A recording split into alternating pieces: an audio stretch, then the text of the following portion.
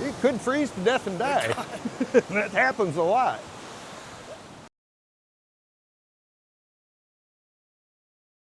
My name's Jeff, from Alaska, Western Alaska.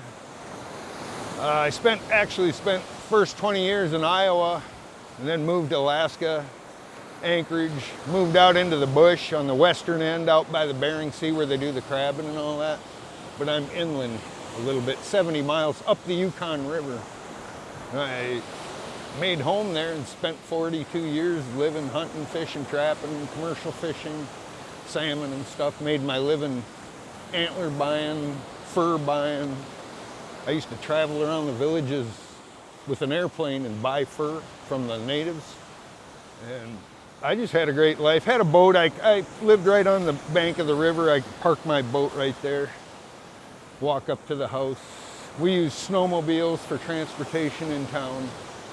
A four-wheeler Honda, we call a four-wheeler, it's an ATV. That's what we drive around to town in the summer.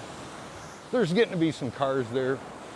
It was a small Eskimo village of about 500 when I moved there. I think when I left it was over 1,200, probably 1,200 people. Wow, about doubled, yeah, in 40 years, 42 years. Yeah, it's a small, people come and go, it ain't a big city. It's a, yeah, okay. So there's a lot of remote area in Alaska, everywhere. Where I was, I had to fly 450 miles west of Anchorage in an airplane. There's no roads. Right, and they didn't have toilets, so everybody left a bucket Yeah, out. I had a bucket, yep. Yeah. A honey bucket, they call it. Honey bucket, yeah. I had one for 40 years. And they, 40 years? Yeah, no running water. Only a well. I had a well that I could pump water to the house, but I never had a flush toilet. They dump it and they just flip it and leave it there. Yeah, we brought it, yeah, they will. I use plastic liners so the bucket don't get all nasty. If you want to hear the details, probably not, but yeah. So what's with all the insane amount of money they get?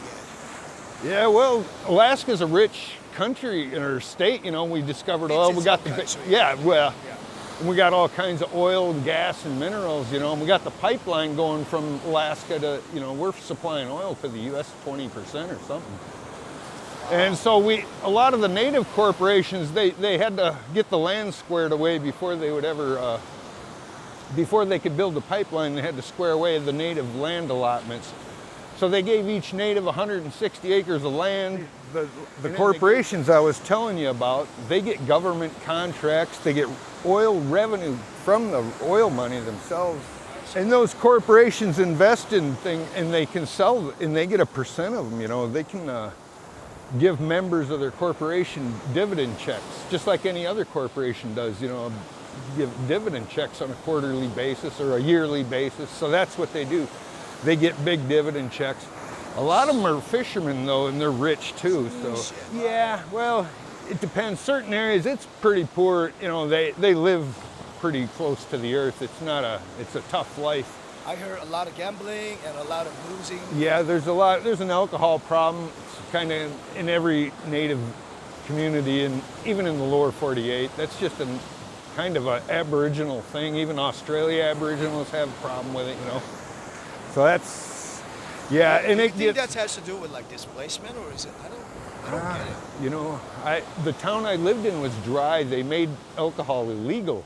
Okay. A bottle of bootleg whiskey there cost $150 on the black market, or 200 or more. You know, depends. I heard when it's rare, it goes as high as $500 a bottle. Yeah, you can't bring it in. Yeah, it can. And I heard the glass, all the alcohol there is in plastic. Plastic little bottles, yeah. But I was really shocked by how much they were getting paid, like $30,000 or something. Yeah, they can, yeah. But then also the government it's all our oil money taxes, and we get a portion of that. It funds our whole state, the oil tax money we get from the pipeline. It funds the whole state, all the schools, roads, airports, and everything. We get federal funding too, but yeah, and then we get a dividend check every October. They put away a portion of that money and they'll take just the interest off it and split it up with less than 1 million Alaskans. There's only 500 at one time, 500,000. It was at one time, I think it's more now. So yeah, and then we split the interest on that. So every year we get a check of 1,000, sometimes as high as 3,000. That's every man, woman, and baby everybody. Yeah, The whole family, you know, if you have 5, 10 kids, you make out pretty good. Every kid gets $3,000, so. That's Okay, so the kids, what is their education? Yeah, there's public education. They even teach them their native culture and stuff. Okay. Schools, they get real behind. They bring them out hunting and fishing. They'll bring them berry picking. They take them out and do their native things, you know. In fact, the school uses my YouTube channel for educational purposes during their native classes, because it's all showing native culture. It's me doing, it's showing other people, my friends, you know, they're all native there. It's so easy to die in Alaska. All you got to do is fall asleep, and you won't wake up in the winter, you know. You won't wake up. You fall asleep in the winter, you're going to be frozen in the morning. That's what happens to a lot of people. Drinking, especially if you pass out, they don't wake up. So on that documentary, they were retrieving a guy sitting on a snowmobile that just died. Yeah, that's sitting on pretty common, you know, pretty common. It doesn't register that you're dying? No, they're blackout drunk anyway, and they're just tired, you know. That's how it happens. Or they break down or something, or run out of gas, and then they start walking. And you see where they're taking off their clothes, and then you find a body frozen somewhere ahead of them. Basically, they're dying because they couldn't keep it together up here. Yeah, well, it's a tough country too. You make a mistake, it couldn't be, you know, it happens even when you're not just to drunk people, it happens to other people just traveling. There's no roads, so we have to use snowmobiles to travel to different villages, you know. So you're always taking a chance every time you leave your house and try to go 100 miles in a snow machine. If your snow machine breaks down, you could freeze to death and die. That happens a lot. So yeah, life's tough in the north, it really is. It weeds out the weak and the stupid.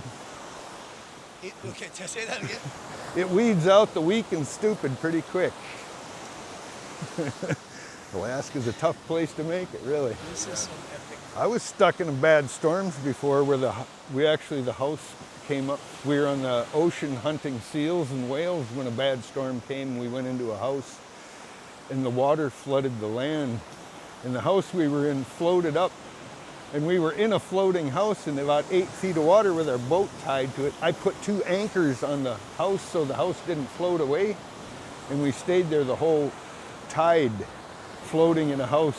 We called we tried to call on the VHF for help, but the Coast Guard didn't. They were so busy, it was a bad storm, and Nome was really getting hammered, so they couldn't come to us either. How long were you stuck like that? It was a night, over 2 nights. It was a night, and the tide went out, and the house went back down on the ground, and we opened the door, and all the water went out, and we started a fire. We were camping, you know, it's out in the middle of nowhere. We can't just go to a hotel or anything, you know. So it was too rough to travel, so we were using a boat. Are there hotels in Alaska? Yeah, but in Anchorage and Fairbanks. All the rest of Alaska is small villages like I lived in, you know. It's mostly small Eskimo Native Indian communities, and then just 2 big cities, three or four big cities. Juneau and some of those areas, the capital. They're not that big either. They're small cities. Right. Anchorage is the biggest. Anchorage and Fairbanks. I think the town that I saw was like less than 500 people. Yeah, that's pretty common. Yeah, they have one sheriff. Native, yeah, they have VPOs, they call them, village police officers. Right. They don't carry guns or nothing, because they'll get shot. Too many, they don't want to start any gun shooting. How did you get here? I retired this spring. I had an Amazon business and an antler business. I bought moose antlers and manufactured dog chew toys and sold them on Amazon from the village there. Just mail them off and they sell them for me. And I was buy the moose antler from the local natives that would go out and hunt it and pay $10 a pound for it. It's big money for them guys. I'd pay $300 for one good size antler and then cut it up for dog chews. But yeah, I just shut my business down, my Amazon business, and gave my house to my daughter, my house, my truck, my boats, my everything to her, my junk pile, you know.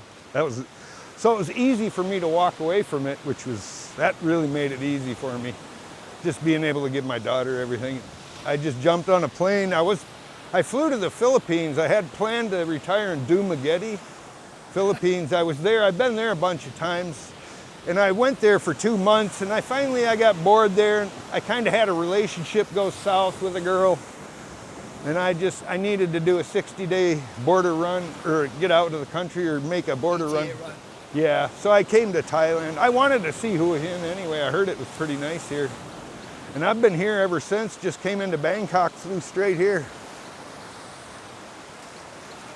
Morning. So how long were you in Philippines? For 2 years? 2 months. 2 months? 2 months. I've been there months. I go there every year for about 7, 8 years. I'd stay a month every year. So I retired this spring, and I moved out, just a backpack. That's all I moved with. Here? To Dumaguete. Okay. And then I flew from Dumaguete, Cebu, to here. And I've been here for the last 5, 6 months going on. How do you like it? I love it here. I think it's really nice. Sure beats chopping wood and chipping ice all winter, you know. And it's just easy life. The food's great. Beautiful beach to walk on. I know. Restaurants. Look at that, right? This is what we walk on every morning. Yeah, I'm spoiled. I live right on the beach too. I just walk down the beautiful little trail with flowers everywhere every morning. I walk on the beach, jog. Yeah, it's a pretty nice life. My room's only $300, $350 a month, you know. It's just, good thing because I'm not rich anyway. I'm just kind of humble living on Social Security. So I can make it here on that. So food's cheap. The girls are beautiful. I'm having a great time. Wow, I have a great outlook on life, I think, you know. I like to, live life, really. That's what I do. I jump up and get up and do something anyway. Even if it's just walking, I'm not going to waste it sitting around. I was forced to stay in Alaska with bad weather all the time. I had to stay indoors some days where it's stormy, and I hated it. Now out here, I say the beautiful weather and the beautiful life, just get out and enjoy it. And do some good if you can, help someone, do something good, and that'll come back to you. That's one thing I believe about this Buddhist philosophy. The karma is true. I've lived long enough to see it come true many times. Do good, it'll come back to you. Do bad, and it'll come back to you. That's my philosophy anyway. I try to do good. I try to help where I can. If it ain't gonna kill me. Well, you asked. But yeah, the people are actually really, really good. They are.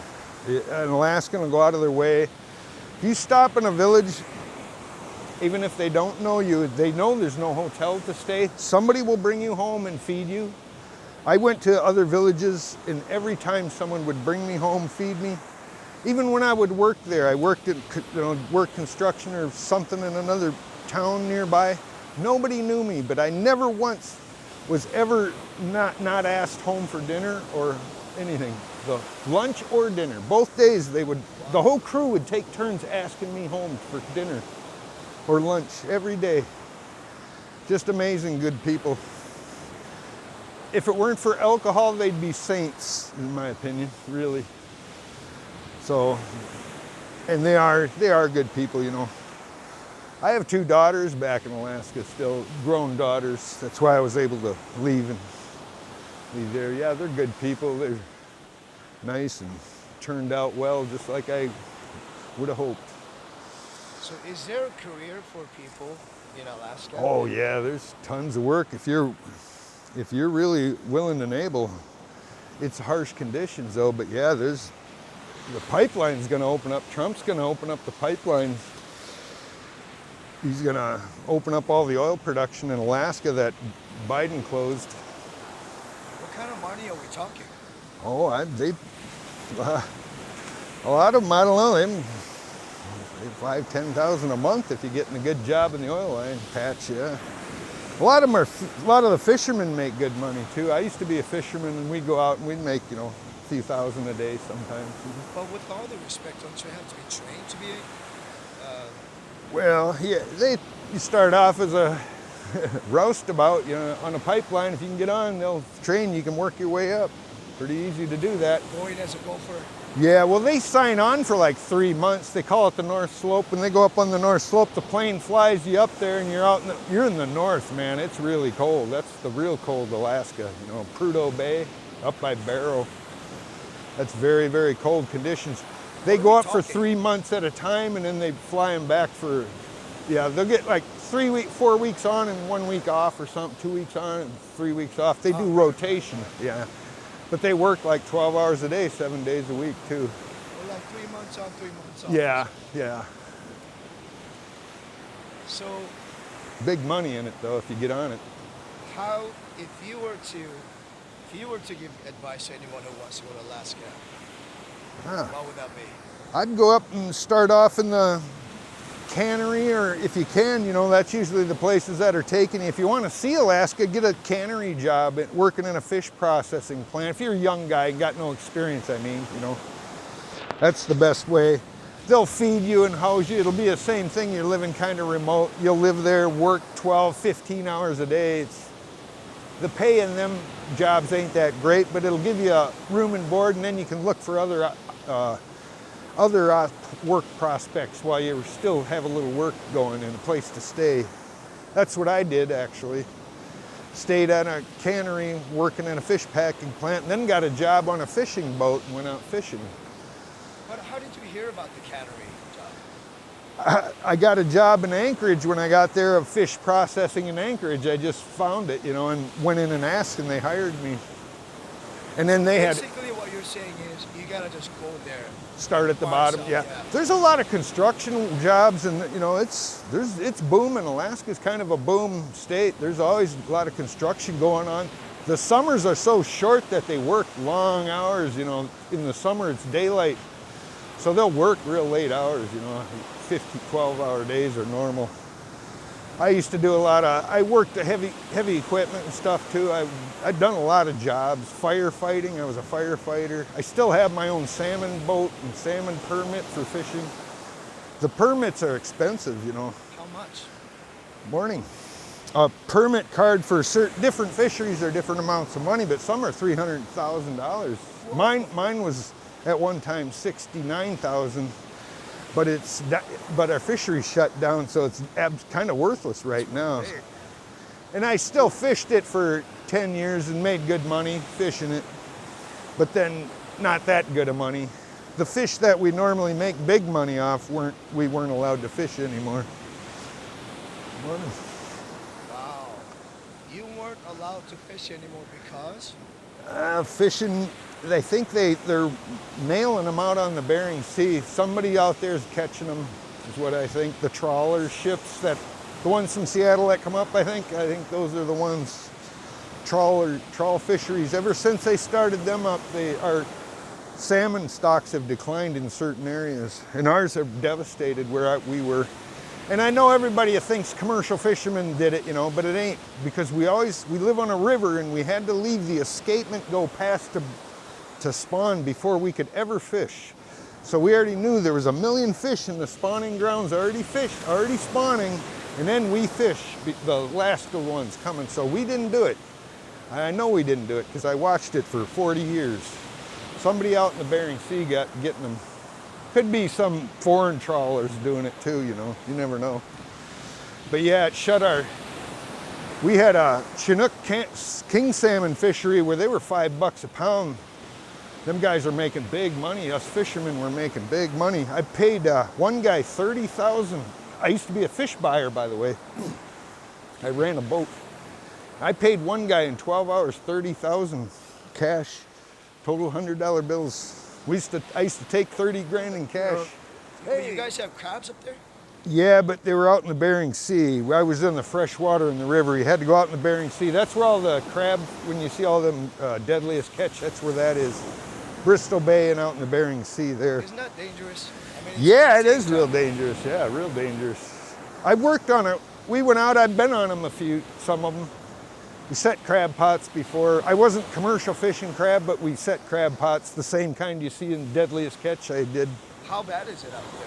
Oh, the waves get real big. When I was out there, usually I go out in the better days. I don't go out I wasn't out there for weeks I would usually just, actually I was out there for weeks sometimes, but it was in the springtime when the waves weren't that bad. The weather's real bad in the fall, like November, December. Winter, they get the bad storms. When is the peak season for crabs? It's in the winter. Winter, right? Winter, yeah. When it's roughest, yeah. Yep. Yeah, well, I've only been to Bangkok once. That was about 8 years ago for a week. So yeah, I was new to Thailand when I came back. I'd been going to the Philippines for the past 8 years or so. But I went to Bangkok once about 8 or 9 years ago, I think. I spent a week in Bangkok, just wasn't much, didn't do much, just looked around the malls, went home. It was my first international trip. I wanted to see if I could do it from Alaska. You know, it's a whole nother flight level to get out of Alaska and travel international. That's got to be some culture shock from Alaska to Bangkok. Yeah, it really is. Yeah, it was amazing. Blew me away. Overwhelming. Plug your YouTube real quickly. Oh, yeah, if you want to check out Alaskan in the Philippines, I do vlogging here in Hua Hin, and I also have an Alaska channel, YukonJeff imagery. Just YukonJeff will bring my channel up. All Alaska hunting and fishing and outdoor stuff. If you're squeamish, don't watch it.